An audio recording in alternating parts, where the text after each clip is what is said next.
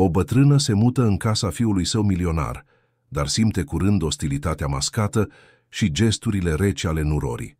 Când începe să suspecteze o otrăvire, menajera devine o aliată neașteptată care o protejează discret. Ceea ce a început ca o simplă bănuială se transformă într-o revelație explozivă a adevărului. Ploaia măruntă de septembrie cădea peste București când doamna Elena a coborât cu greutate din mașină, sprijinindu-se de brațul ferm al fiului ei. Pașii îi erau scurți și șovăitori, ca și cum fiecare mișcare ar fi necesitat o negociere tăcută între voință și trupul care nu o mai asculta ca înainte. La 73 de ani, purta pe umeri greutatea unei vieți întregi de muncă, de sacrificii, de nopți nedormite, îngrijind o casă care nu fusese niciodată cu adevărat a ei. Acum, în fața acelei vile impunătoare din cartierul Primăverii, se simțea mică, aproape invizibilă. Casa era tot ceea ce ea nu avusese niciodată. 3 etaje de sticlă și beton, o grădină cu arbori seculari, o poartă electronică ce se deschidea cu o atingere pe telefonul mobil.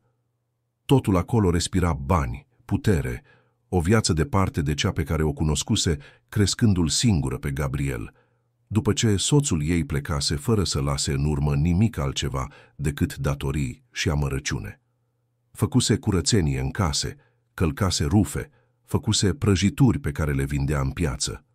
Totul pentru ca fiul ei să studieze, să aibă ceea ce ea nu putuse avea niciodată. Și Gabriel reușise. Absolvise administrarea afacerilor, făcuse un MBA în străinătate, se căsătorise cu Patricia, o femeie frumoasă și sofisticată, care provenea dintr-o familie tradițională bucureșteană. Construise un imperiu în domeniul tehnologiei și, la 42 de ani, era proprietarul uneia dintre cele mai promițătoare companii din țară. Dar pe parcurs ceva se pierduse, sau poate că nu existase niciodată cu adevărat. Conexiunea dintre mamă și fiu, acea privire care nu are nevoie de cuvinte, devenise rarefiată, ca o legătură telefonică cu interferențe. Elena știa că vina nu era doar a lui. Tatăl lui Gabriel fusese dur, autoritar, din acei bărbați care credeau că plânsul era un semn de slăbiciune și că îmbrățișările erau inutile. Chiar și după ce plecase, cuvintele lui continuaseră să rezoneze în creșterea băiatului. Ea încercase să compenseze, să fie și mamă și tată în același timp, dar unele răni sunt prea adânci. Gabriel crescuse învățând să nu-și arate sentimentele, să rezolve totul singur, să păstreze distanța chiar și față de cei pe care îi iubea cel mai mult. Ușa casei s-a deschis înainte ca ei să ajungă la intrare. Patricia a apărut în prag, purtând o rochie bej cu o croială impecabilă. Părul șaten drept căzându-i perfect pe umeri, un machiaj discret care îi accentua trăsăturile delicate. Zâmbea, dar Elena a observat imediat că zâmbetul nu-i ajungea la ochi. Era ceva rece în privirea aceea albastră, calculat, ca și cum fiecare gest ar fi fost atent repetat.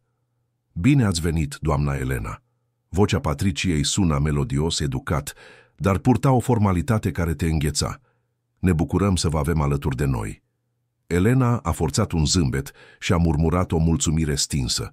Se simțea ne la locul ei, ca o intrusă care invada un spațiu ce, în mod clar, nu fusese pregătit să o primească. Știa că era acolo din necesitate, nu dintr-o invitație sinceră. În ultimele luni, sănătatea ei se deteriorase rapid. Tensiune arterială necontrolată, amețeli frecvente, o slăbiciune în picioare care o făcea să se clatine fără avertisment. Medicul fusese clar, nu mai putea locui singură. Avea nevoie de îngrijire, de cineva în preajmă. Gabriel, îngrijorat, insistase să se mute la el acasă. Patricia nu se opusese deschis, dar Elena observase tensiunea de pe chipul nurorii sale când subiectul fusese menționat. Fusese o pauză prea lungă, o tăcere grea înainte ca ea să fie de acord cu un zâmbet forțat și să spună că, desigur, soacra ei va fi întotdeauna binevenită. Dar binevenită era ultimul lucru pe care Elena îl simțea acum, traversând acel hol de la intrare cu tavan înalt, cu candelabre de cristal, atârnând ca niște bijuterii prea scumpe pentru a fi atinse. Pașii ei răsunau pe podeaua de marmură, un sunet solitar care părea să-i amplifice propria singurătate. Am pregătit camera de la etajul 2 pentru dumneavoastră, a spus Patricia, mergând în față cu eleganța cuiva născut să locuiască în astfel de spații. Este liniștită, are o priveliște plăcută spre grădină. Sper să vă simțiți confortabil. Mulțumesc, fata mea, a răspuns Elena, folosind apelativul pe care îl dăduse întotdeauna nurorilor altora, dar care suna ciudat acolo, artificial. Patricia nu era fiica ei și nici nu avea să fie vreodată. Acea femeie lăsa acest lucru clar în fiecare gest, în fiecare cuvânt măsurat. Gabriel urca scările alături de mama sa, ținându-i geanta veche din pânză cu flori, la fel de ne la locul ei ca și ea în acel mediu de lux. Părea indiferent la tensiune sau poate pur și simplu nu voia să o vadă. Întotdeauna fusese așa, de mic. Când ceva îl deranja, se închidea în el, construia ziduri invizibile și se prefăcea că totul este în regulă. Camera era spațioasă, bine decorată, cu mobilă de culoare deschisă și un pat king size acoperit cu o pilotă albă imaculată. Exista o noptieră cu o veioză delicată, un fotoliu de lectură lângă fereastră și o comodă unde își putea pune puținele haine. Totul curat, organizat, perfect, impersonal. Odihnește-te puțin, mamă. Gabriel a pus geanta pe pat și și-a trecut mâna prin părul rar, un gest nervos pe care îl făcea din copilărie. Mai târziu luăm cina împreună, stăm de vorbă mai bine. Trebuie să fii obosită după drum. N-a fost chiar atât de departe, a încercat. Ea să zâmbească, dar el deja se întorcea cu spatele, ieșind din cameră cu pași rapizi ca cineva care fuge de o conversație dificilă. Patricia a rămas în prag încă o clipă, cu acel zâmbet politicos încă lipit pe față. Dacă aveți nevoie de ceva, nu ezitați să chemați. Menajera, doamna Maria, este mereu prin preajmă. Ea va avea grijă de dumneavoastră. Și apoi a plecat și ea, închizând ușa lin în urma ei. Elena a rămas singură în tăcerea acelei camere prea mari. S-a așezat pe marginea patului, simțind greutatea propriei existențe. Fusese întotdeauna o femeie puternică, hotărâtă, din acelea care nu se plâng și merg înainte chiar și atunci când totul pare să se prăbușească. Dar acolo, în acel moment, a simțit o tristețe profundă care îi strângea pieptul. Nu simțea recunoștință, nici ușurare pentru că avea un acoperiș sigur. Era certitudinea dureroasă că se afla acolo pentru că nu mai avea de ales, pentru că trupul o trădase, pentru că depindea de bunăvoința unui fiu care abia o cunoștea și a unei nurori care o vedea în mod clar ca pe o povară. Zilele următoare au trecut într-o rutină ciudată și inconfortabilă. Elena se trezea de vreme, așa cum făcuse toată viața, dar nu știa ce să facă cu orele care se târau în fața ei. Nu avea nicio funcție acolo, nu gătea, nu făcea curățenie, nu avea grijă de nimic. Era o invitată permanentă într-o casă unde totul funcționa deja fără ea. Maria, menajera, era o femeie de vreo 50 de ani, brunetă, cu ochi atenți și un zâmbet blând. Spre deosebire de Patricia, ea părea să-i pese cu adevărat. Îi aducea micul dejun în cameră, o întreba dacă este totul în regulă, îi oferea ajutor cu sinceritate. Elena simțea că dintre toți oamenii din acea casă, Maria era singura care o vedea ca pe un om, nu ca pe o problemă de administrat. În primele zile, Elena a încercat să se integreze. Cobora în sufragerie, se așeza pe canapeaua imensă din piele italiană, se uita la televizor sau răsfoia reviste care nu o interesau. Patricia circula prin casă cu eleganța ei rece, mereu ocupată cu ceva. Întâlniri de caritate, prânzuri cu prietenele, cursuri de pilates, consultații la nutriționist. Vorbea la telefon într-o engleză fluentă, discuta despre investiții, organiza cine pentru clienții soțului ei. Când se întâlneau în sufragerie sau pe hol, Patricia spunea mereu ceva. Politicos zâmbea întotdeauna, dar exista o distanță calculată în fiecare gest. Bună dimineața, doamna Elena! Ați dormit bine? Aveți nevoie de ceva? Vă simțiți confortabil? Întrebări care nu așteptau răspunsuri sincere, ci doar saluturi de curtoazie, formule goale de politețe. Gabriel pleca de vreme și se întorcea târziu. Când era acasă, se încuia în birou pentru a lucra sau răspundea la apeluri telefonice interminabile. Uneori luau cina împreună, toți trei, într-o tăcere grea, întreruptă doar de conversații superficiale despre vreme, despre vreo știre din ziar, despre nimic care să conteze cu adevărat. Elena observa căsnicia fiului ei. Observa că, deși împărțeau aceeași casă, Gabriel și Patricia trăiau în lumi paralele. El cufundat în muncă, ea cufundată în propriul univers de aparențe și statut. Rare ori se atingeau, rare ori schimbau priviri de complicitate. Era o uniune funcțională, convenabilă, construită pe baze pe care Elena nu le înțelegea bine, dar care cu siguranță nu includeau dragoste adevărată. În a doua săptămână lucrurile au început să se schimbe, sau mai bine zis, Elena a început să observe ceea ce poate fusese întotdeauna acolo. Cobora la cină, când a auzit voci venind din bucătărie. Una era a Patriciei, cealaltă a Mariei. S-a oprit pe hol, fără intenția de a spiona, dar ceva în tonul conversației a făcut-o să ezite. Ai înțeles bine, Maria. Vocea Patriciei suna diferit, mai dură, fără blândețea studiată. Farfuria doamnei Elena trebuie preparată separat. Are restricții alimentare, medicul a fost foarte clar. Mai puțină sare, mai puțină grăsime, nimic prăjit, vreau să respecti întocmai. Da, doamnă, lăsați pe mine. Și încă ceva. Patricia a făcut o pauză. Notează totul. Orele meselor. Ce a mâncat. Cum a reacționat. Vreau un control adecvat al sănătății ei. Elena s-a încruntat. Era o grijă excesivă, aproape invazivă. Nu era un copil care trebuia supravegheat, dar a înghițit disconfortul și a intrat în sufragerie ca și cum nu ar fi auzit nimic. Cina a fost servită. Un file la grătar cu legume la abur pentru Elena, în timp ce Gabriel și Patricia mâncau un risotto cremos care părea delicios. Elena a mâncat în tăcere, simțind gustul fad al mâncării, preparate fără dragoste, fără condimente, fără viață. E gustos, mamă?" a întrebat Gabriel, mai mult din politețe decât din interes real. E foarte bun, fiule." A mințit, pentru că asta se aștepta de la ea. În acea noapte întinsă în pat, Elena a simțit ceva ciudat. O ușoară amețeală, o stare de rău nedefinită care a făcut-o să se întoarcă pe o parte și să închidă ochii cu putere. A încercat să ignore, să pună totul pe seama oboselii, a schimbării de mediu, a stresului emoțional de a fi acolo. Dar în adâncul minții sale, un gând sâcâitor a început să o roadă.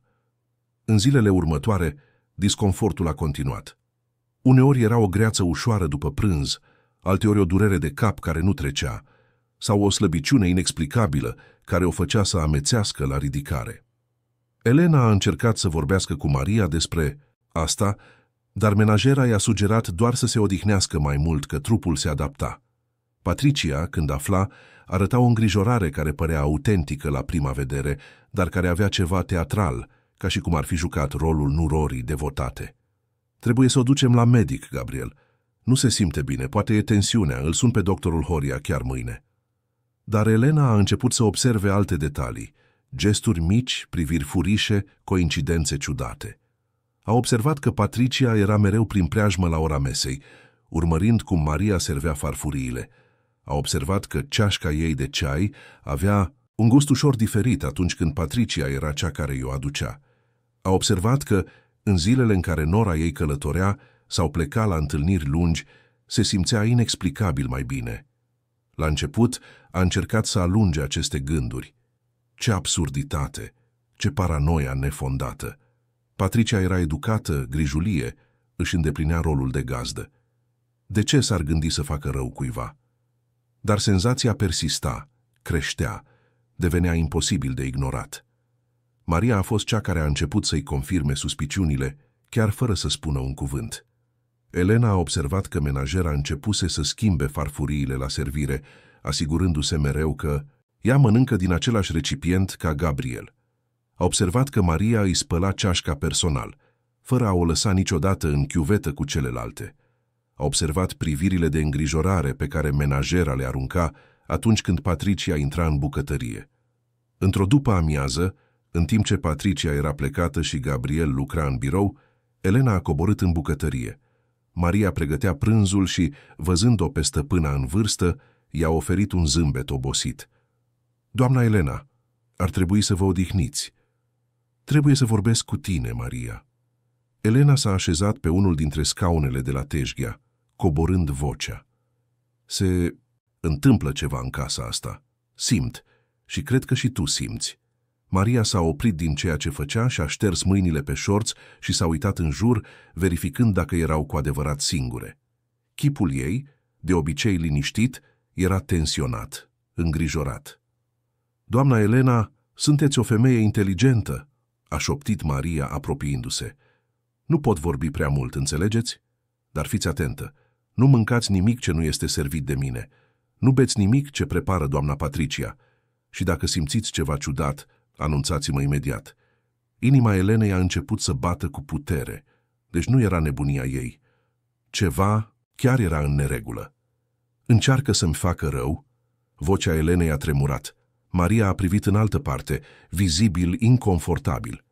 Nu am dovezi, doamna Elena, dar am văzut lucruri. Lucruri care nu au sens, borcane care apar și dispar. Doamna Patricia umblând în locuri unde nu ar trebui. Și dumneavoastră vă simțiți mereu mai rău după ce mâncați ce prepară sau aduce ea. Nu pot acuza pe nimeni fără să fiu sigură, dar pot să vă protejez. Și asta fac. Elena a simțit un fior rece pe șira spinării.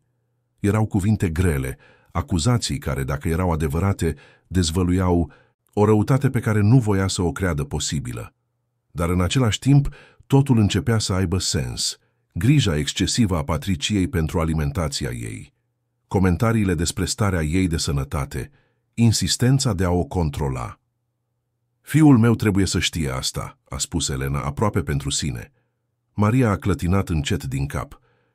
Doamna Elena, domnul Gabriel este un om bun, dar nu vede. Lucrează prea mult, este mereu obosit, iar doamna Patricia știe exact cum să mențină aparențele. Dacă îi spuneți fără să aveți dovezi, s-ar putea să nu vă creadă.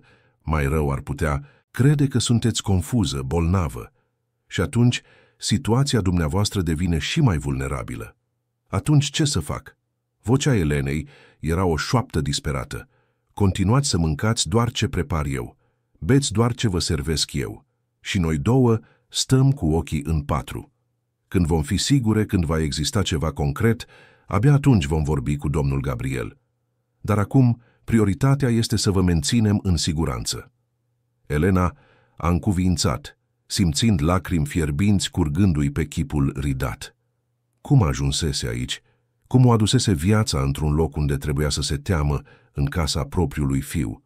În acea noapte, în timpul cinei, Elena a observat-o pe Patricia cu ochi noi. A observat fiecare gest, fiecare privire, fiecare cuvânt. Nora ei era prea perfectă, prea controlată. Zâmbea la momentul potrivit, spunea lucrurile potrivite, se mișca cu grația unei actrițe pe scenă. Dar în spatele acelei măști impecabile, Elena putea vedea acum ceva întunecat, ceva rece și calculat, care o făcea să tremure pe dinăuntru. Gabriel, indiferent la toate, vorbea despre un nou proiect al companiei, entuziasmat de cifre și proiecții. Patricia asculta cu o atenție prefăcută, făcând comentarii pertinente, atingându-l pe braț pe soțul ei din când în când într-un gest care părea afectuos, dar pe care Elena îl recunoștea ca fiind pură performanță. Când Maria a adus desertul, Elena a observat privirea rapidă pe care menajera i-a aruncat-o Patriciei. A observat cum Maria s-a asigurat că ea primește porția care venea din același platou ca și Gabriel. A observat ușurarea discretă din ochii femeii când Elena a început să mănânce fără probleme. Mai târziu, singură în cameră, Elena a privit pe fereastră spre grădina luminată. Copacii se legănau lin în vântul nopții, proiectând umbre dansatoare pe pereți. S-a gândit la tot ce trecuse în viață, la toate bătăliile pe care le purtase, la toate dățile în care a trebuit să fie puternică atunci când voia să se prăbușească. Și acum, la vârsta la care ar fi trebuit să se odihnească, protejată, iubită, se afla într-o bătălie tăcută și invizibilă, unde dușmanul îi zâmbea în fiecare zi și îi dorea moartea. Pentru că asta era, a realizat Elena cu o claritate de cristal. Patricia nu voia doar ca ea să plece, voia ca ea să moară. Voia să dispară într-un mod care să pară natural, o inimă slabă care nu a rezistat, o sănătate șubredă care în cele din urmă a cedat. Ar fi fost atât de convenabil, atât de curat, atât de perfect. Elena s-a culcat în acea noapte simțind teamă, dar simțind și o furie profundă care începea să ardă în interiorul ei. Nu avea de gând să moară așa. Nu avea de gând să renunțe. Nu avea de gând să permită acelei femei să câștige. O avea pe Maria alături, o aliată improbabilă, dar prețioasă, și avea propria ei reziliență, forjată în decenii de luptă. Avea să supraviețuiască, avea să descopere adevărul și avea să-l facă pe fiul ei să vadă ce se întâmpla chiar sub nasul lui. Războiul abia începea, iar Elena, chiar și fragilă și obosită, era gata să lupte. Dacă această poveste v-a interesat, nu uitați să vă abonați la canalul nostru și să ne spuneți din ce oraș ne urmăriți. Continuând, săptămânile următoare s-au târât într-o rutină de vigilență și teamă. Elena se trezea în fiecare zi cu o strângere de inimă, nu din cauza bolii care o adusese acolo, ci din cauza certitudinii că trăia sub același acoperiș cu cineva care îi dorea moartea. Era o senzație sufocantă, claustrofobică, ca și cum ar fi fost prinsă într-o cușcă invizibilă, unde fiecare respirație trebuia calculată. Maria devenise gardianul ei tăcut. Menajera ajungea de vreme, înainte chiar ca Patricia să se trezească, și pleca târziu, asigurându-se mereu că Elena este în siguranță. Ele dezvoltaseră un limbaj propriu, făcut din priviri, gesturi mici, un cod non-verbal care nu avea nevoie de cuvinte. Când Maria clipea de 2 ori la rând, însemna pericol. Când o atingea ușor pe umăr pe Elena, era un semn să nu mănânce sau să nu bea ceea ce avea în față. Simptomele Elenei se îmbunătățiseră considerabil de când Maria preluase controlul total al alimentației ei. Amețelile se diminuaseră, greața constantă dispăruse și începuse să simtă din nou puțin mai multă energie. Era dovada vie că ceva era în neregulă, foarte în neregulă, dar încă lipsea acea probă concretă care l-ar fi convins pe Gabriel. Patricia, la rândul ei, părea frustrată. Elena observa iritarea prost mascată din ochii nurorii sale când o vedea circulând prin casă, în fiecare zi mai dispusă, mai prezentă.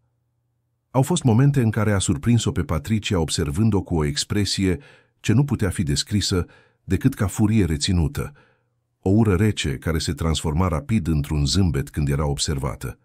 "Aveți o culoare mai bună, doamna Elena," a spus Patricia într-o dimineață, în timp ce luau cafeaua împreună pe terasă. "Mă bucur că vă adaptați la casă." "Mă simt foarte bine, mulțumesc," a răspuns Elena, alegându-și cu grijă cuvintele. "Maria are mare grijă de mine." Ceva a sclipit în ochii Patriciei, o scânteie de disconfort, poate de neîncredere. "Da, Maria este foarte devotată, uneori chiar prea mult, nu credeți?" Elena s-a prefăcut că nu înțelege insinuarea. "Devotamentul nu este niciodată prea mult când vine vorba de a avea grijă de cineva." Tăcerea care a urmat a fost grea. Patricia amesteca în cafea cu mișcări mecanice, chipul perfect compus, dar Elena putea simți tensiunea emanând din ea ca niște valuri de căldură. Gabriel continua să fie indiferent la toate. Lumea lui se învârtea în jurul ședințelor, negocierilor, tabelelor și proiecțiilor. Ajungea acasă epuizat, abia reușea să-și țină ochii deschiși în timpul cinei, iar apoi se încuia în birou sau mergea direct în dormitor. Patricia se plângea de absența lui, dar întotdeauna pe un ton blând, aproape înțelegător, ca o soție răbdătoare care accepta sacrificiile necesare pentru succes. Elena a încercat de câteva ori să intre în vorbă cu fiul ei. Voia să vorbească despre lucruri reale, despre sentimente, despre distanța care crescuse între ei de-a lungul anilor. Dar Gabriel avea darul de a se eschiva de la subiecte profunde. Găsea mereu o scuză, un telefon urgent, o problemă pe care trebuia să o rezolve. Era ca și cum ar fi încercat să îmbrățișeze o umbră. Într-o după-amiază, însă, ceva s-a schimbat. Elena era în sufragerie răsfoind o carte când a auzit voci alterate venind din bucătărie. A recunoscut imediat vocea Patriciei, mai tare decât de obicei, și pe cea a Mariei, încercând să-și păstreze calmul. "Îți depășește atribuțiile, Maria." Patricia vorbea pe un ton tăios pe care Elena nu-l mai auzise niciodată. Aceasta este casa mea și eu decid ce se întâmplă aici. Nu am nevoie să mă chestionez pe absolut nimic. Spuneam doar că doamna Elena are nevoie de o alimentație echilibrată, doamnă. Vocea Mariei era fermă, dar respectuoasă. Medicul a recomandat varietate, nu doar aceleași feluri de mâncare în fiecare zi. Medicul a recomandat ce i-am cerut eu să recomande. Patricia practic a scuipat cuvintele.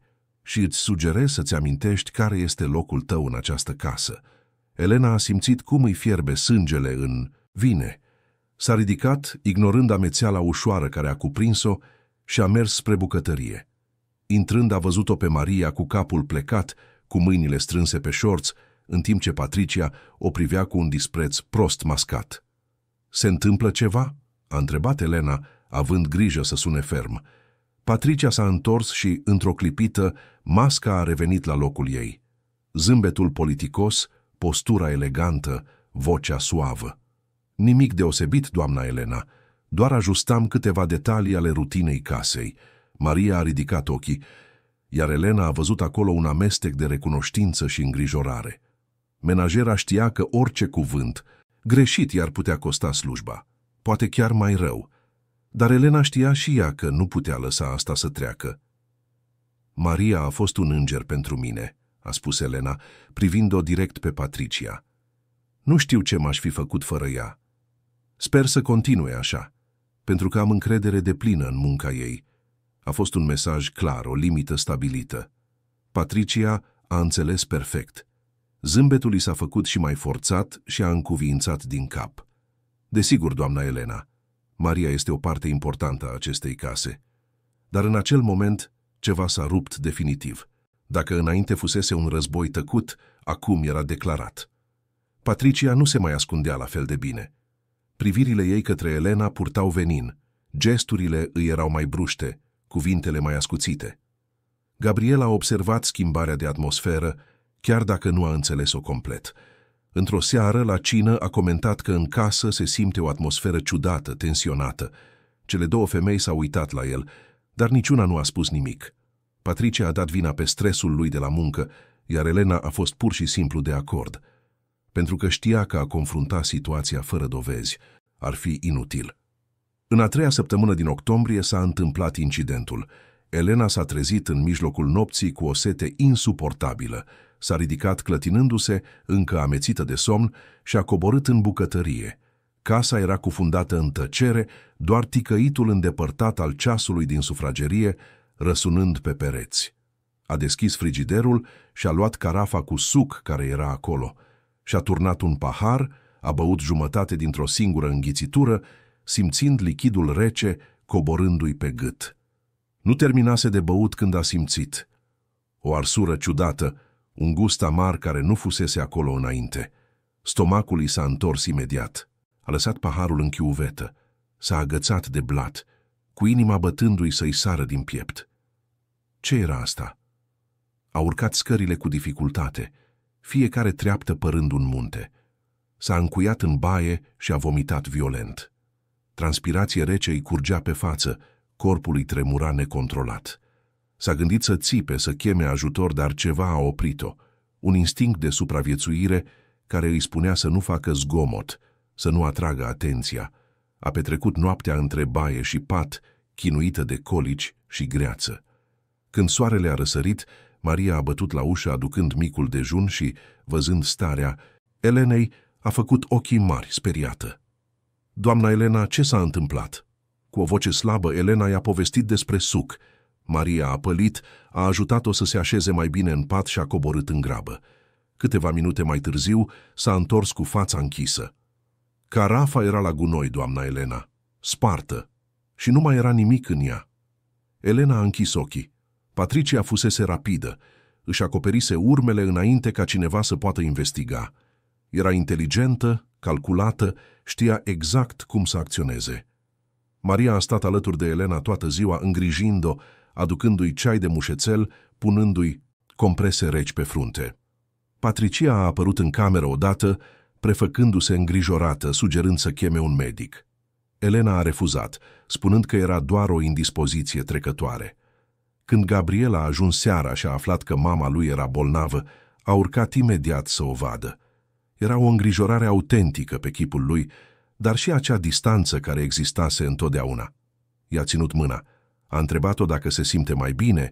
I-a spus că a doua zi o va duce la medic. Nu e nevoie, fiule. Mă simt bine acum, a fost doar o stare de rău. Chiar și așa, mamă, e mai bine să verificăm. Sănătatea ta e fragilă. Patricia era la ușă, observând scena cu acel zâmbet care nu o mai păcălea pe Elena. Și în acel moment, bătrâna a luat o decizie.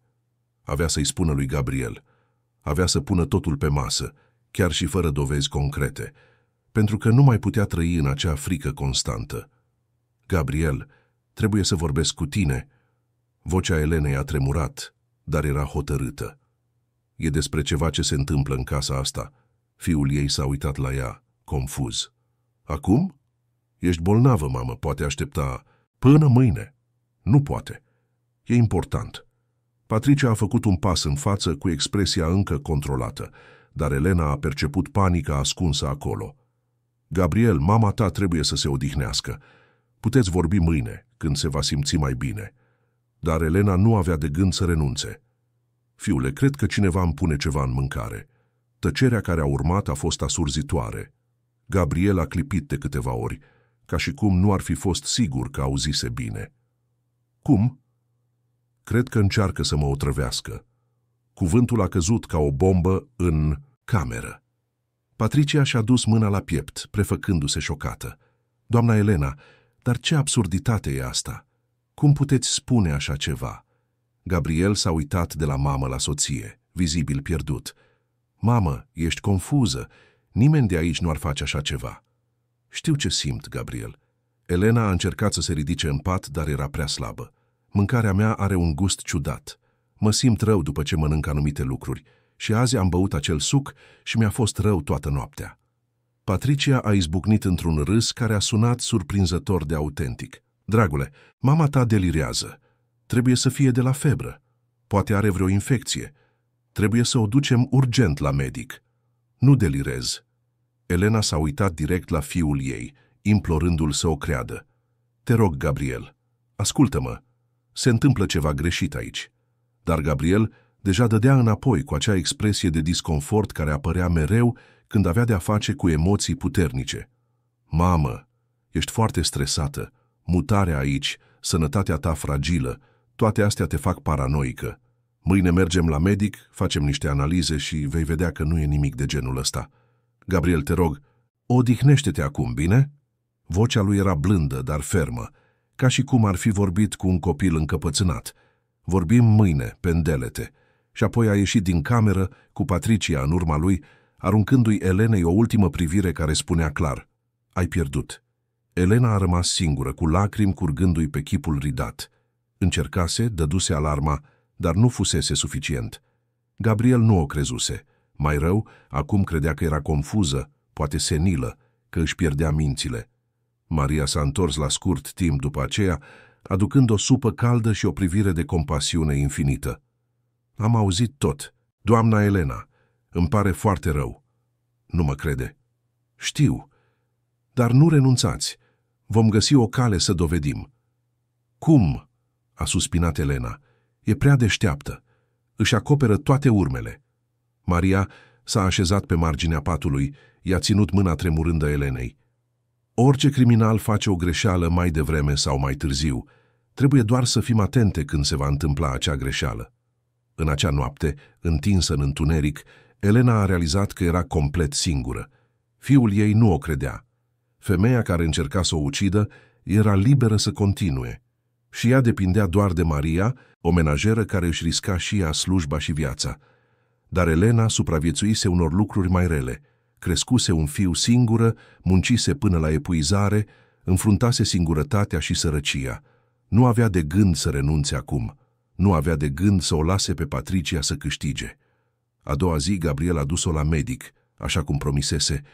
Doctorul Horia, un bărbat la vreo 50 de ani cu ochelari cu dioptrii groase, a examinat-o cu atenție. I-a măsurat tensiunea, i-a cerut analize de sânge, i-a pus întrebări despre simptome.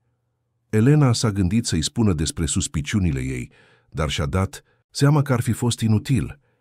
Medicul se uita deja la ea cu acea expresie, pe care se spune că o folosesc cu bătrânii confuzi. Doamna Elena, sunteți puțin anemică și tensiunea vă oscilează destul de mult. Voi ajusta medicația și voi cere niște analize mai detaliate. Dar mi se pare că este mai mult o chestiune de adaptare și stres emoțional decât ceva fizic grav. Iată din nou, stres emoțional, adaptare. Cuvinte frumoase pentru a spune că ei credeau că își imaginează lucruri. Când s-au întors acasă, Patricia era în sufragerie așteptând. Și doamnă, ce a spus? Medicul? Nimic serios, a răspuns Gabriel, doar are nevoie de niște ajustări la medicație. Ce ușurare! Patricia a zâmbit, dar ochii îi erau reci. M-am îngrijorat atât de mult din cauza delirului de ieri. Nu a fost delir, a murmurat Elena, dar nimeni nu a auzit-o. Zilele următoare au fost de o tensiune insuportabilă. Patricia a revenit la a acționa cu eficiența ei calculată, mereu prin preajmă, mereu vigilentă.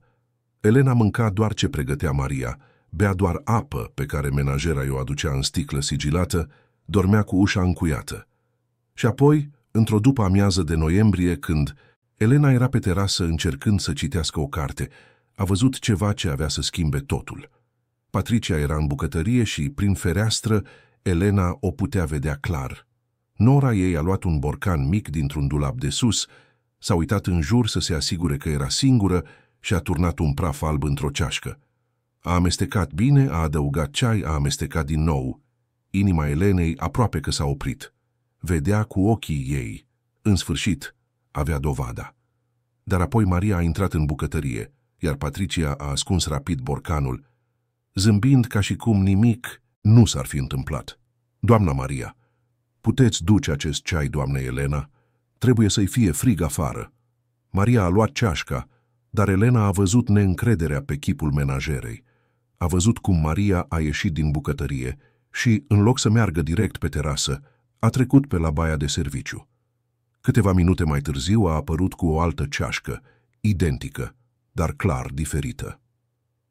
Ceaiul dumneavoastră, doamna Elena, a spus Maria cu voce tare, clipind de 2 ori. Elena a înțeles. Aceea nu era ceașca pregătită de Patricia. Maria o schimbase. Din nou, îi salvase viața. În acea seară, când a ajuns Gabriel, Elena și Maria îl așteptau în birou. Stabiliseră totul dinainte. Era timpul să acționeze. Fiule, trebuie să mă asculți cu atenție. Vocea Elenei era fermă, fără loc de îndoială. Am văzut. Astăzi, după amiază, am văzut-o pe Patricia punând ceva în ceaiul meu. Gabriel a oftat, obosit. Mamă, să nu începem din nou cu asta. Am văzut și eu, domnule, l-a întrerupt Maria. Și am mai văzut și alte lucruri. Doamna Patricia are un borcan ascuns în dulapul din bucătărie. Pune conținutul în băuturile doamnei Elena când crede că nu se uită nimeni. Gabriel s-a uitat la cele 2 femei din fața lui, mama lui fragilă, dar hotărâtă, menajera lui de încredere, serioasă și îngrijorată. Pentru prima dată a văzut acolo ceva ce nu putea pur și simplu ignora. Vorbiți serios? Complet serios, Gabriel, a spus Elena, și te rog ca mama ta să investighezi. Deschide acel dulap, caută borcanul, trimite la analiză ce este înăuntru. Fiul ei a rămas tăcut pentru un moment lung, procesând. În cele din urmă a încuviințat încet. Bine, voi verifica. Și cu această promisiune, pentru prima dată în săptămâni, Elena a simțit o scânteie de speranță aprinzându-se în pieptul ei. Adevărul era pe cale să iasă la iveală. Și Patricia, în toată aroganța ei, nu avea nicio idee de furtuna care se apropia. Următoarele 3 zile au fost de o tensiune care tăia aerul ca o lamă ascuțită.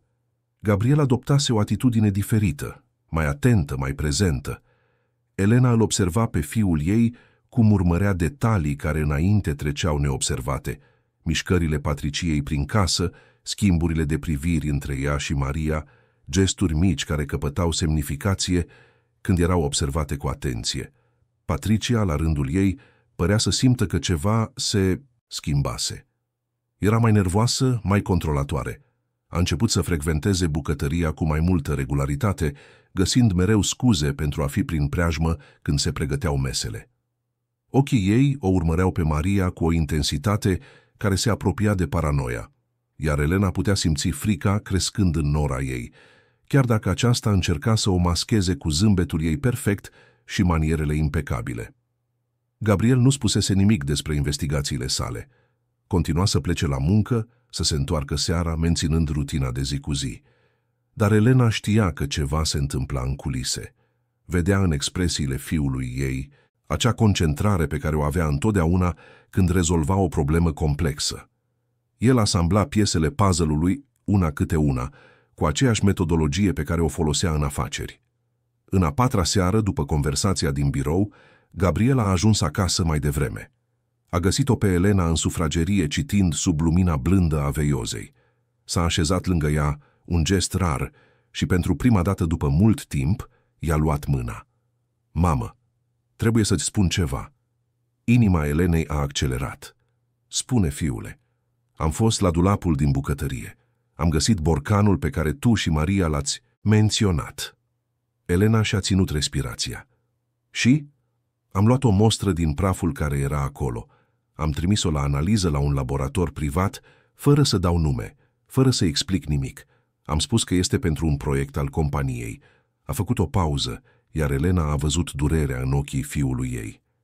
Acea durere care vine atunci când realitatea pe care am negat-o întotdeauna ne ajunge în cele din urmă.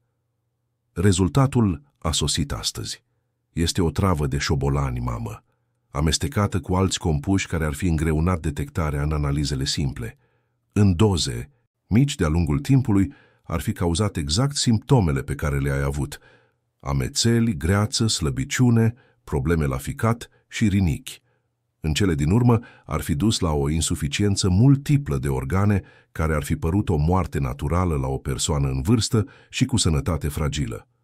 Lacrimile au curs pe fața Elenei, dar nu erau lacrimi de tristețe. Erau de ușurare. Ușurare pentru că în sfârșit era crezută, pentru că nu era nebună, pentru că reușise să supraviețuiască până în acel moment. Îmi pare foarte rău, mamă. Gabriel i-a strâns mâna cu vocea gâtuită de emoție. Îmi pare rău că nu te-am crezut înainte, că am crezut că delirezi, ar fi trebuit să văd, ar fi trebuit să te protejez. Vezi acum, fiule, asta e ceea ce contează. Mai e ceva. Gabriel a respirat adânc. Am luat și mostre din băuturile tale, din cele pe care le pregătea Maria și din cele pe care le oferea Patricia. Le-am trimis pe toate la analiză. Cele ale Mariei sunt curate, dar într-o ceașcă care era în camera ta, una pe care o văzusem pe Patricia ducându-ți-o zilele trecute, au găsit urme din aceeași substanță. Elena a închis ochii. Era real, totul era teribil de real. Ce vei face acum? O voi confrunta, chiar astăzi. Gabriel s-a ridicat și era o hotărâre pe fața lui pe care Elena o recunoștea din puținele dăți în care îl văzuse cu adevărat furios. Dar înainte, vreau să știi ceva. Te iubesc, mamă. Știu că nu arăt, știu că am fost distant toată viața, dar ești cea mai importantă persoană din viața mea și nimeni nu-ți va face rău. Niciodată. Era prima dată în decenii când Elena auzea aceste cuvinte. Băiatul care fusese crescut să nu-și arate emoțiile era acolo, vulnerabil, onest, uman. S-a ridicat cu greutate și l-a îmbrățișat pe fiul ei, simțind mirosul familiar care o ducea înapoi în acele vremuri când el era mic și ea era totul pentru el. Și eu te iubesc, fiule. Te-am iubit întotdeauna. Au rămas așa pentru un moment lung, până când au auzit sunetul ușii de la intrare deschizându-se. Patricia sosise de la o cină de caritate, purtând o rochie albastru închis, care îi accentua eleganța naturală. A intrat în sufragerie cu zâmbetul de întotdeauna, dar văzându-i pe mamă și fiu îmbrățișați, ceva a șovăit pe fața ei. Ce scenă frumoasă, a spus ea cu vocea sunând forțat. Întrerup ceva? Da. Gabriel a lăsat-o pe mama lui și s-a întors spre soție. Trebuie să vorbesc cu tine. Acum. În birou. Patricia a clipit, confuză. Acum? Dar abia am ajuns. Sunt obosită. Nu este o rugăminte, Patricia. Este un ordin. Ceva în vocea lui a făcut ca masca Patriciei să crape ușor. S-a uitat de la Gabriel la Elena, încercând să descifreze ce se întâmpla. Bine, dragule, desigur. Cei trei au intrat în birou. Gabriel a închis ușa, a încuiat-o și s-a întors spre soția, sa cu o expresie pe care Elena nu o mai văzuse niciodată. Era furie controlată, dezamăgire profundă și ceva ce semăna foarte mult cu scârbă. "Stai jos, Patricia." Ea s-a așezat în fotoliul de piele, încercând încă să-și păstreze cumpătul. "Gabriel, mă sperii. Ce se întâmplă?" El a pus un plic pe masă, l-a împins în direcția ei. "Deschide-l." Cu degete tremurânde, Patricia a deschis plicul și a scos rapoartele de laborator. Ochii i-au parcurs paginile și Elena a văzut exact momentul în care a înțeles. Culoarea i-a dispărut de pe față, buzele i s-au întredeschis ușor, mâinile au început să-i tremure. "Pot să explic." Vocea i-a ieșit slabă, disperată. "Poți?" Gabriel și-a încrucișat brațele. "Atunci explică-mi cum a ajuns o travă de șobolani în mâncarea mamei mele. Explică-mi cum o substanță letală se afla în băuturile pe care îi le pregăteai. Explică-mi de ce încercai să ucizi femeia care mi-a dat viață." Patricia a ridicat ochii, iar acolo Elena a văzut panica goală și crudă. "Nu era asta. Nu înțelegi." "Atunci fă-mă să înțeleg." Vocea lui Gabriel era periculos de calmă. A urmat o tăcere lungă. Patricia s-a uitat de la Gabriel la Elena, căutând o ieșire, o modalitate de a se eschiva. Dar nu mai avea unde să fugă. Dovezile erau acolo, de necontestat, concrete. Încurca totul. Cuvintele au ieșit într-un șuvoi disperat. De când a ajuns aici, nimic nu a mai fost la fel. Aveai ochi doar pentru ea. Casa a devenit un spital. Cinele noastre, călătoriile noastre, viața noastră socială, totul a trebuit adaptat din cauza ei. Nu mai suportam. Așa că ai decis să o ucizi?" Gabriel practic a țipat. "Asta îmi spui?" Nu aveam de gând să se întâmple cu adevărat. Patricia plângea acum, machiajul curgându-i pe față. Aveam de gând să mă opresc înainte să devină serios. Voiam doar să se îmbolnăvească suficient de mult încât să aibă nevoie de un spital, de un azil, de orice loc departe de aici. "Minciună," a vorbit Elena pentru prima dată, cu vocea fermă în ciuda durerii. "Voiai să mor. Voiai să pară natural, ca să-ți poți continua viața perfectă, fără soacra incomodă în cale." Patricia s-a întors spre ea cu o furie care în cele din urmă a ieșit la suprafață. "N-ar fi trebuit să vii niciodată aici.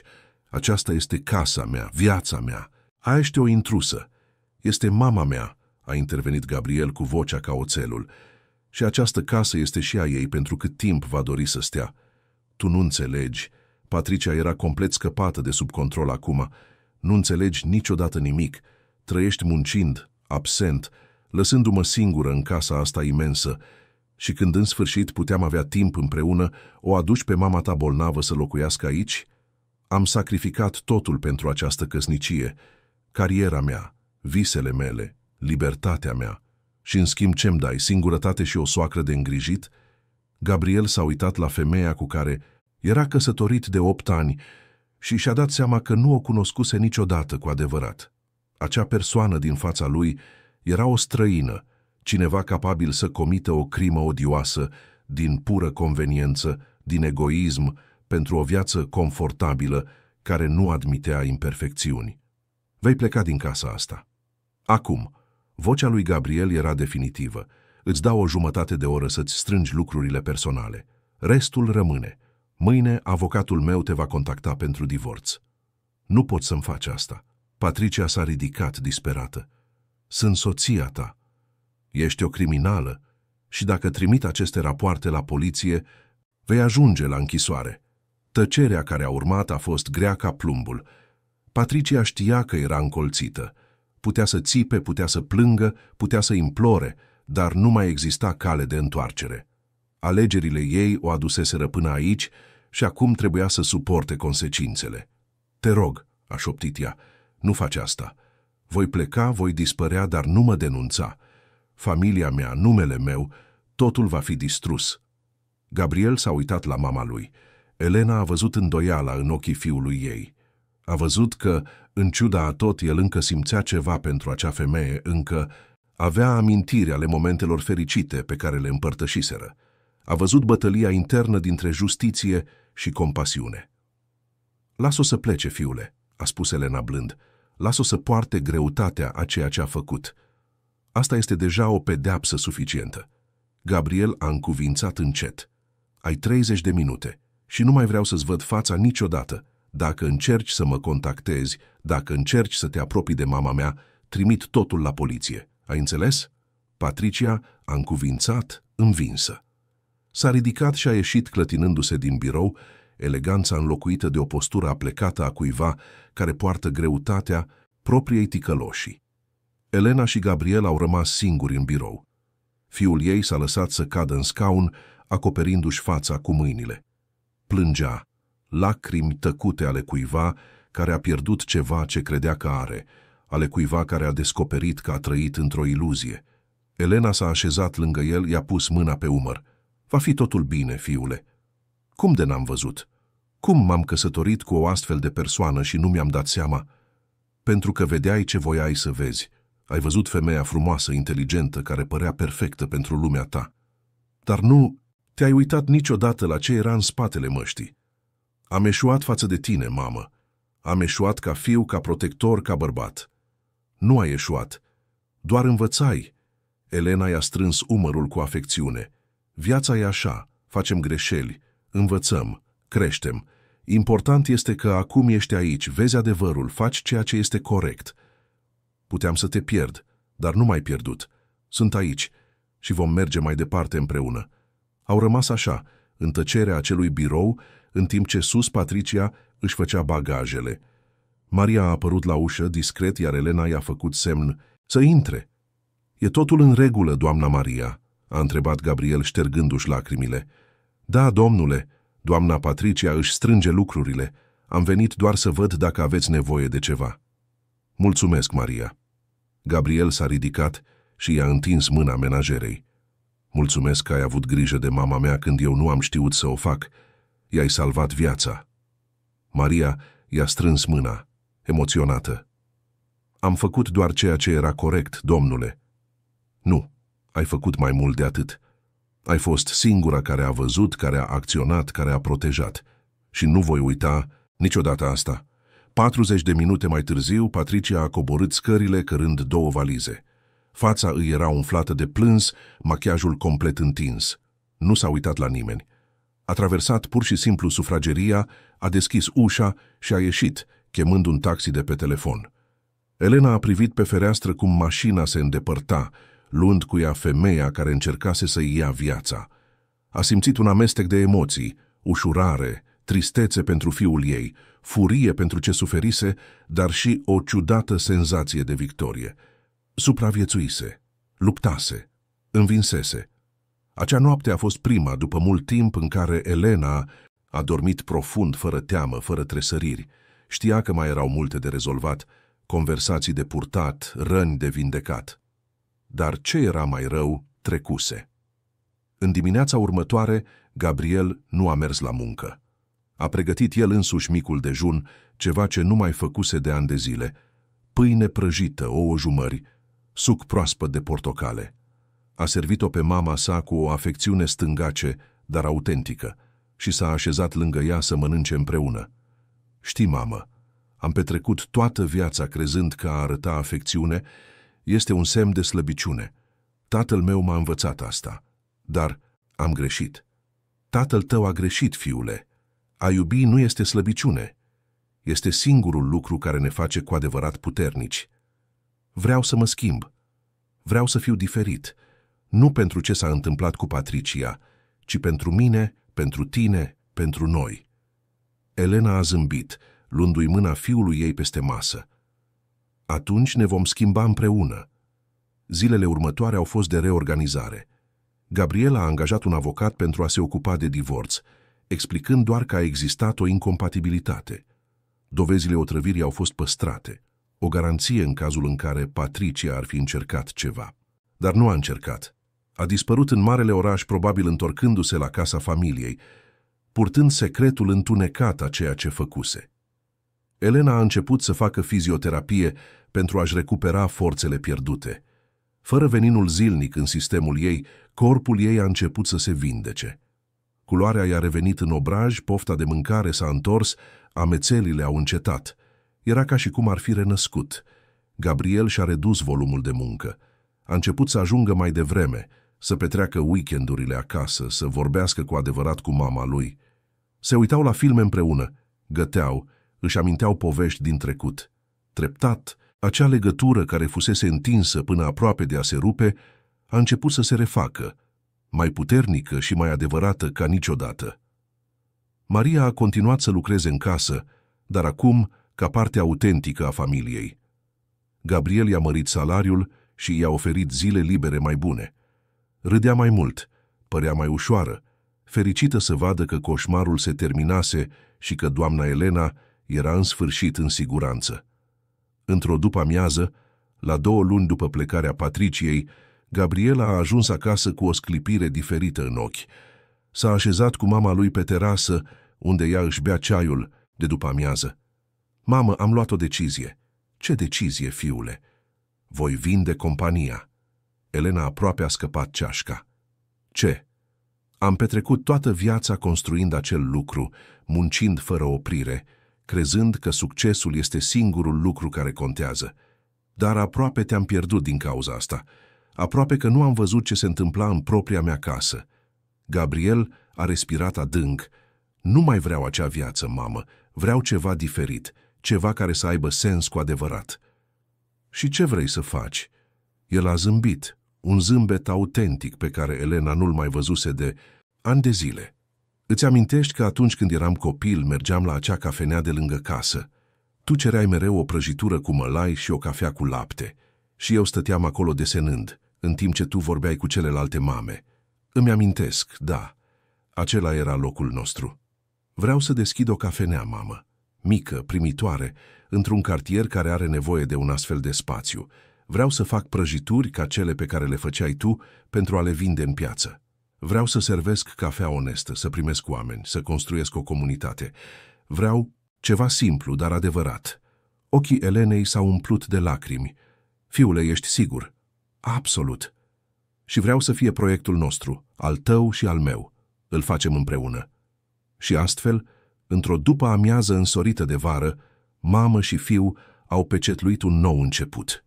Nu avea să fie ușor, nu avea să fie fără provocări, dar avea să fie onest, avea să fie real, avea să fie al lor.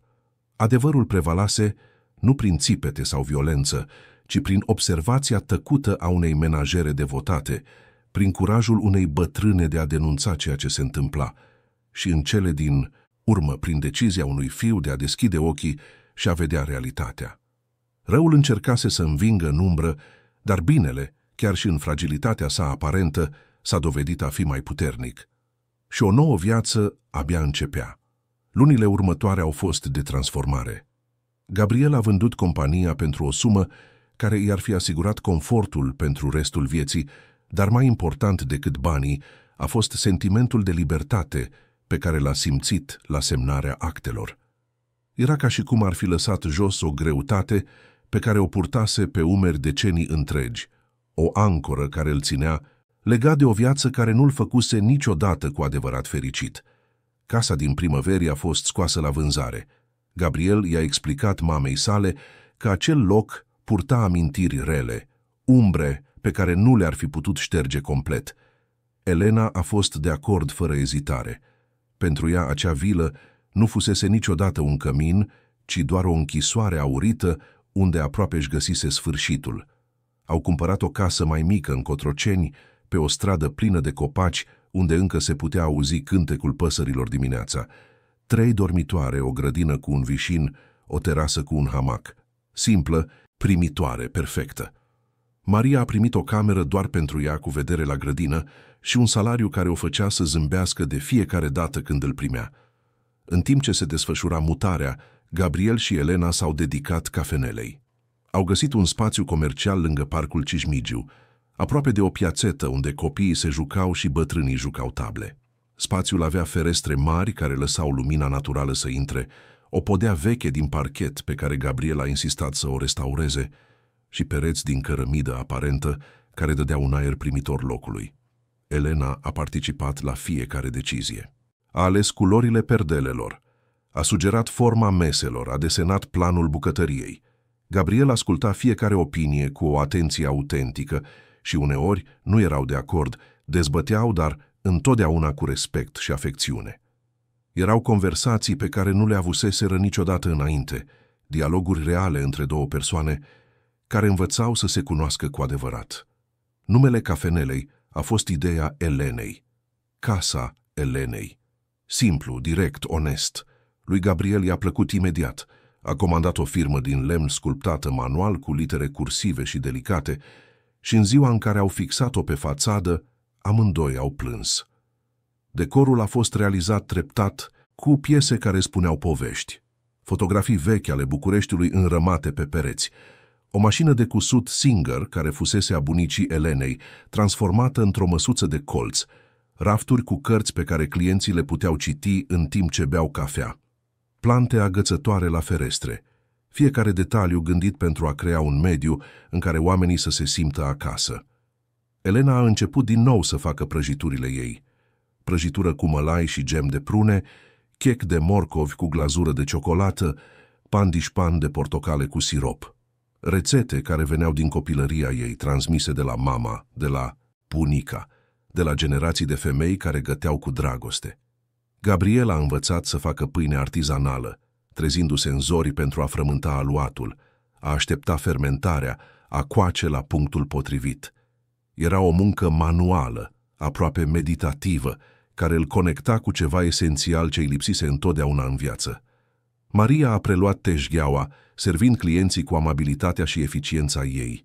Memora comenzile clienților fideli, știa cine prefera cafeaua mai tare, cine prefera ceaiul de mușețel, cine avea restricție la gluten. S-a transformat în inima casei Elenei, persoana care cunoștea pe toată lumea și îi făcea pe toți să se simtă speciali. Inaugurarea a avut loc într-o dimineață de aprilie, când toamna începea să picteze frunzele în galben. Gabriel s-a trezit emoționat, cu acel gol în stomac pe care nu-l mai simțise din copilărie. Elena a observat și i-a luat mâna peste masa de la micul dejun. Va fi totul bine, fiule. Am construit asta împreună. Și indiferent ce se va întâmpla, a meritat deja. De ce a meritat, mamă? Pentru că te-ai întors la mine. Pentru că te-am regăsit. Pentru că, în sfârșit, suntem o familie adevărată. Gabriel a îmbrățișat-o pe mama lui chiar acolo, în bucătăria casei noi. Și a mulțumit în tăcere pentru tot ce trecuseră, pentru că fără întuneric poate că nu ar fi găsit niciodată lumina. Casa Elenei și-a deschis porțile la ora 8 dimineața.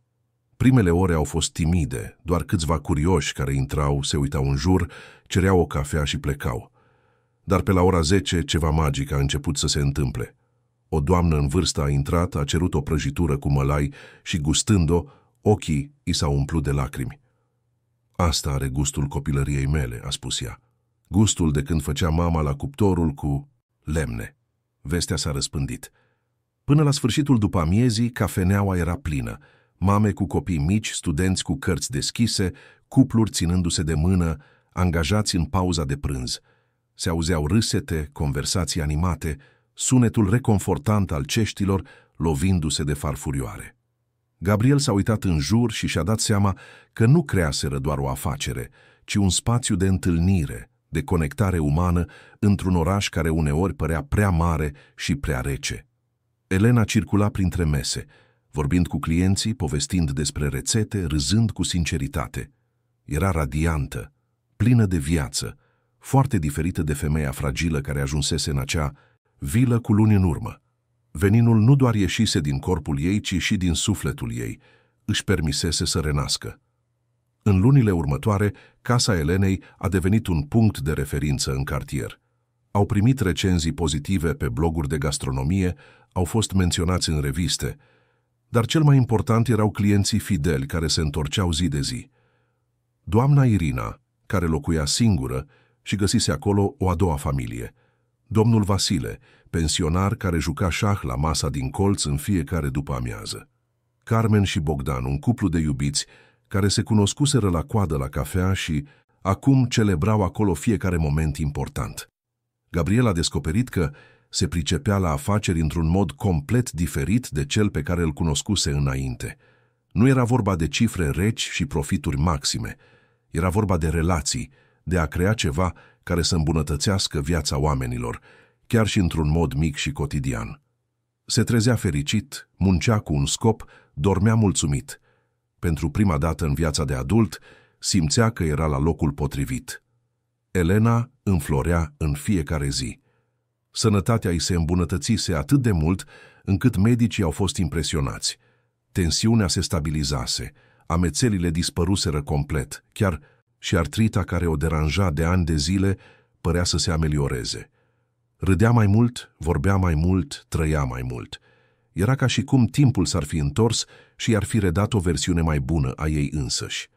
Într-o după-amiază, la 6 luni după inaugurare, Gabriel curăța mesele când a văzut-o pe Maria stând în ușa bucătăriei, privind gânditoare la agitația din cafenea. S-a apropiat de ea. "La ce vă gândiți, doamna Maria?" Ea a zâmbit, acel zâmbet liniștit al cuiva care și-a găsit locul în lume.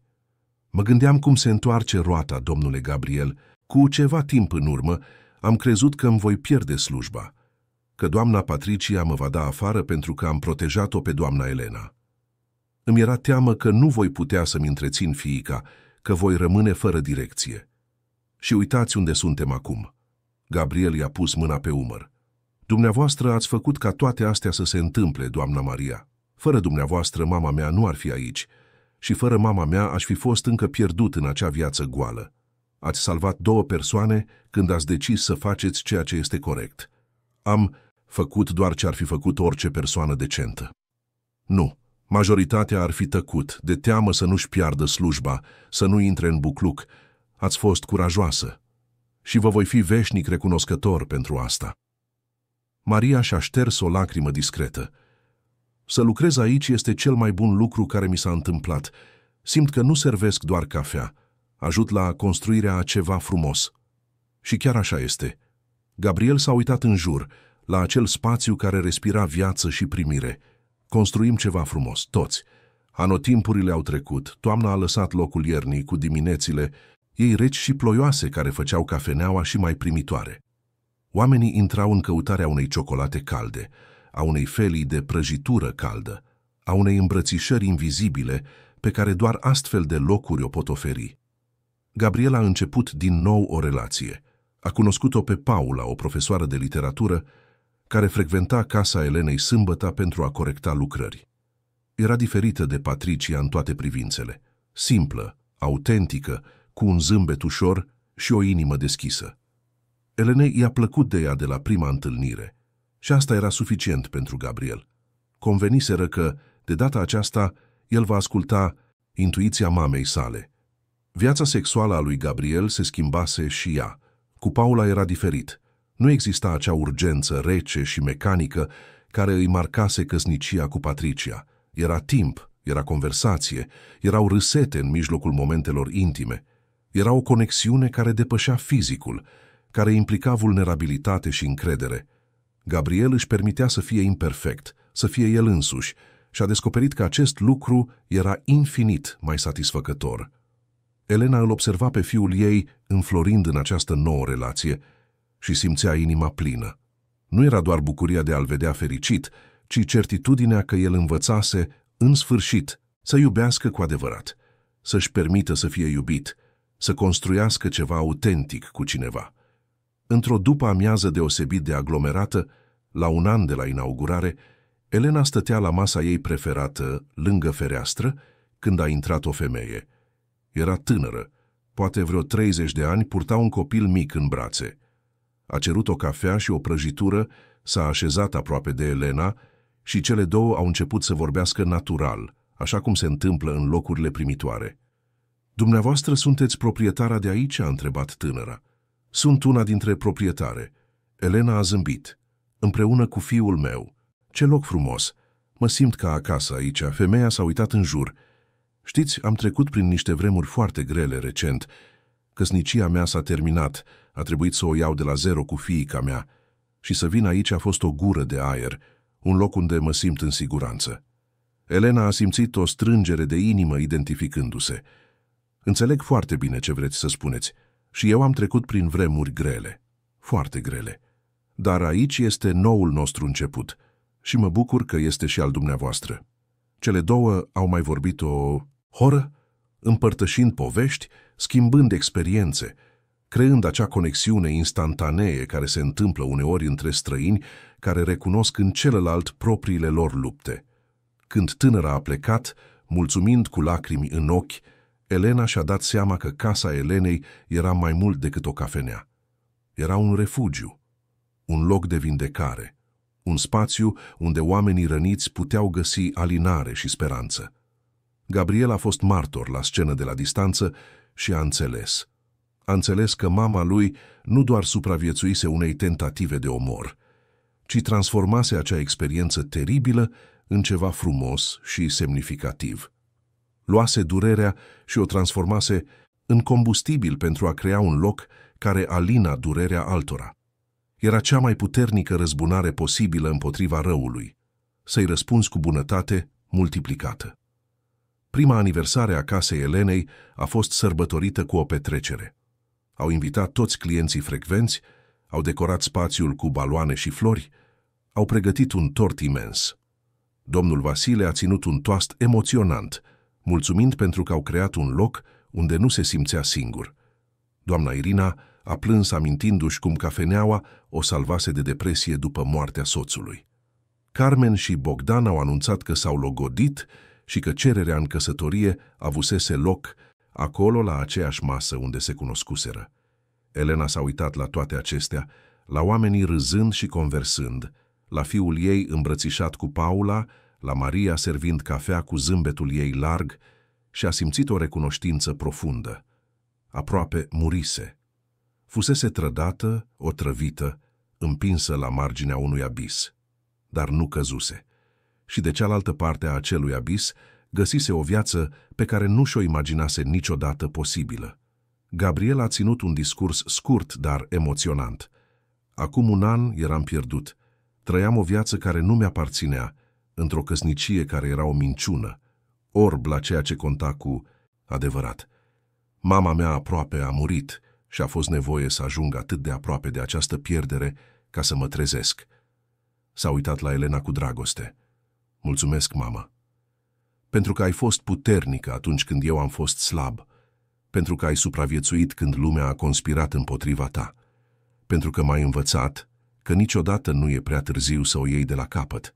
Această cafenea este pentru tine, dar este și datorită ție, pentru că m-ai salvat la fel de mult pe cât am încercat eu să te salvez. Toți au aplaudat. Elena s-a ridicat, l-a îmbrățișat pe fiul ei și i-a șoptit la ureche. Ne-am salvat împreună, fiule, și vom continua să ne salvăm în fiecare zi. Petrecerea a continuat până târziu în noapte.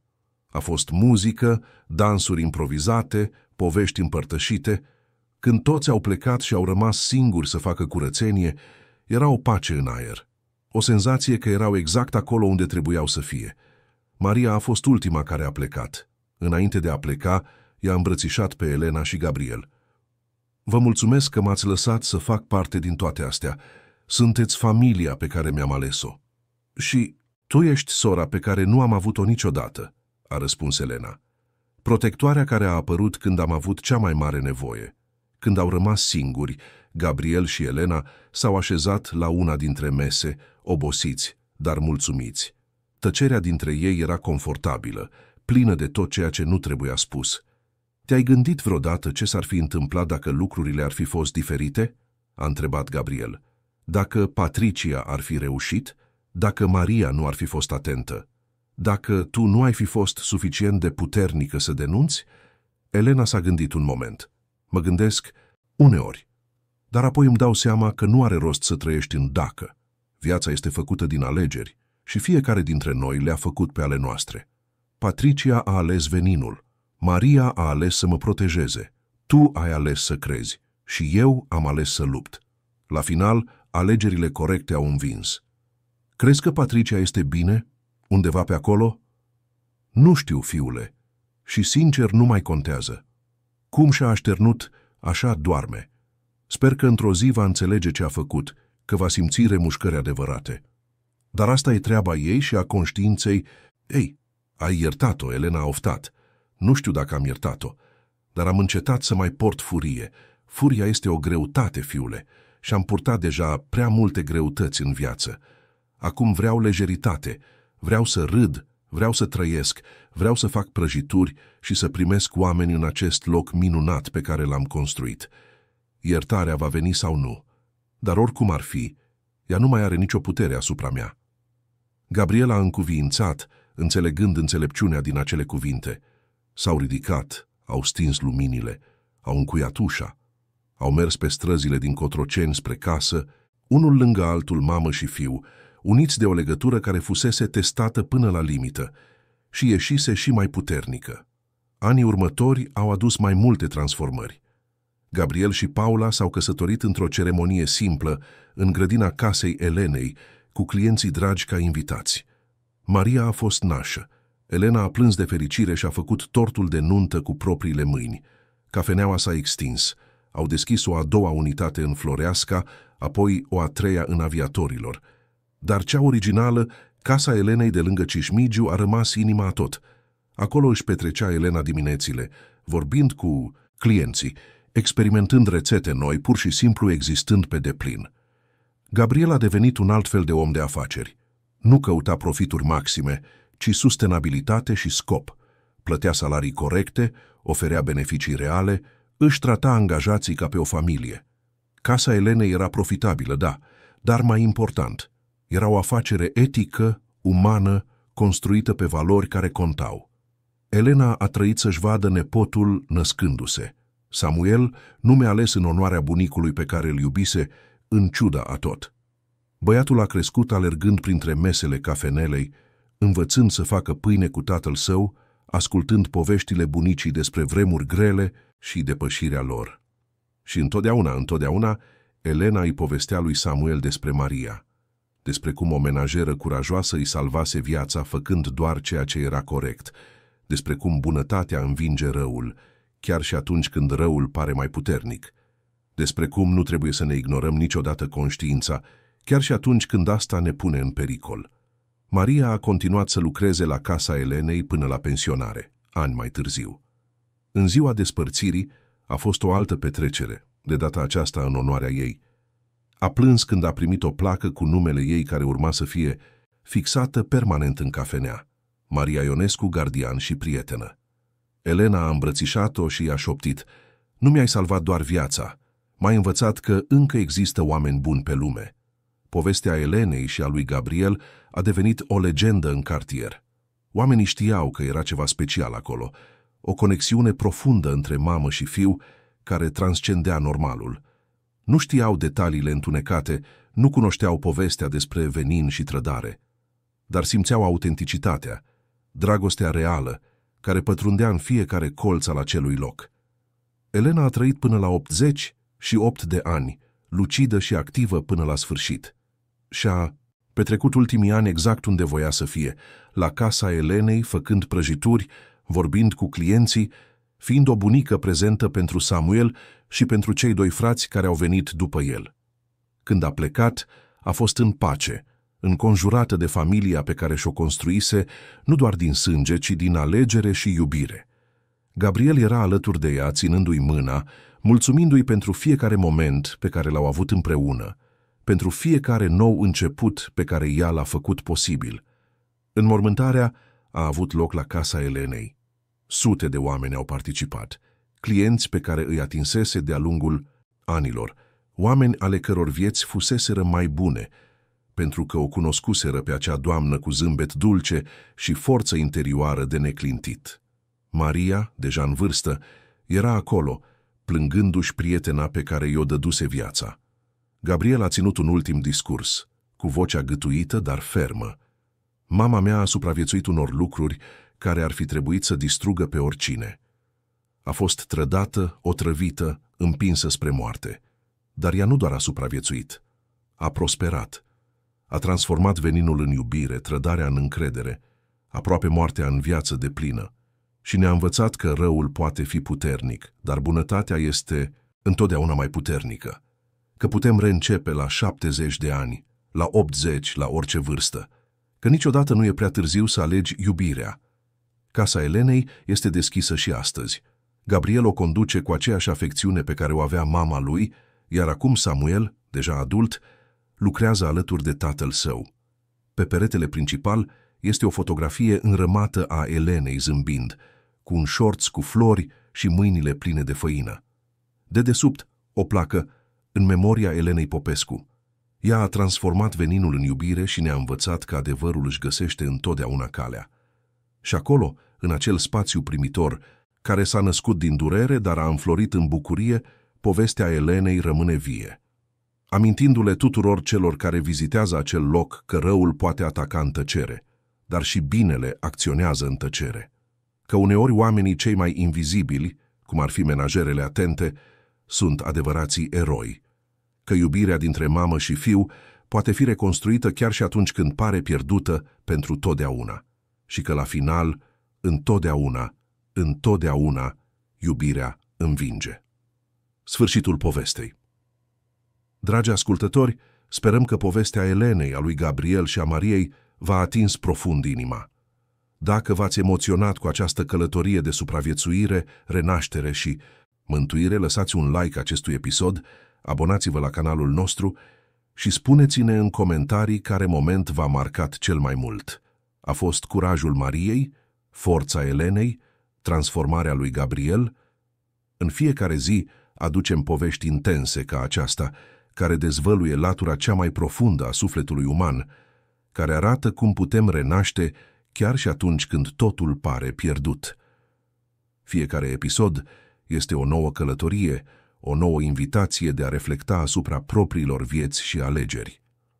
Vă așteptăm la următorul episod cu o altă poveste care vă va face să simțiți, să gândiți și să credeți că întotdeauna este posibil să o luați de la capăt, o îmbrățișare puternică și pe curând.